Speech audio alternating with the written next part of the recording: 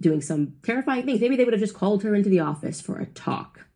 Well, throughout this second investigation leading up to the publication of this book, she poured through all of these public interviews given by Brigitte and just kept coming across these little mistakes that Brigitte would make about how old she was during certain things.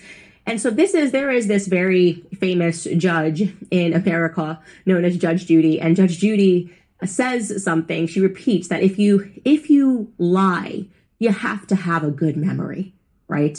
If you don't lie, you don't have to have a good memory because it's just true. So you don't have to be like, oh, what did I tell this person? What did I say? And make all these little errors. So one mistake that Brigitte made in this long biographical interview that she gave to Elle magazine was regarding her older sister, her late sister, Mary Vaughan, who had died in a car accident.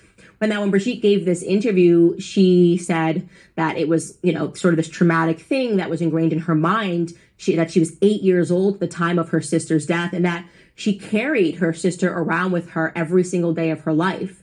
She also stated that her niece died a year later at the age of 6.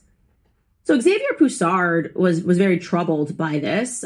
First and foremost, right away, Sylvie Bamel was able to determine that actually, no, she wasn't 6 when her sister died. She was 8. Now, that's just a 2-year difference.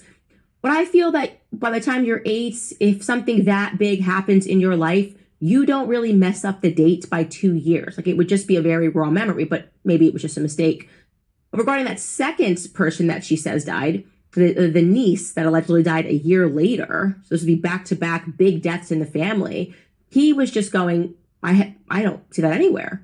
And he thought that was strange because there had been so much written about Brigitte's nieces, and yet there was no mention of one who had died anywhere.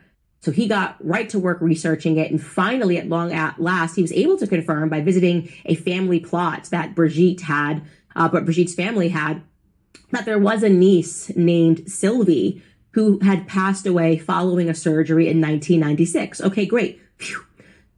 But that was nearly 6 years after her sister Mary Vaughan had died. Not 1 year, but 6. Now that's a huge difference. So what was going on?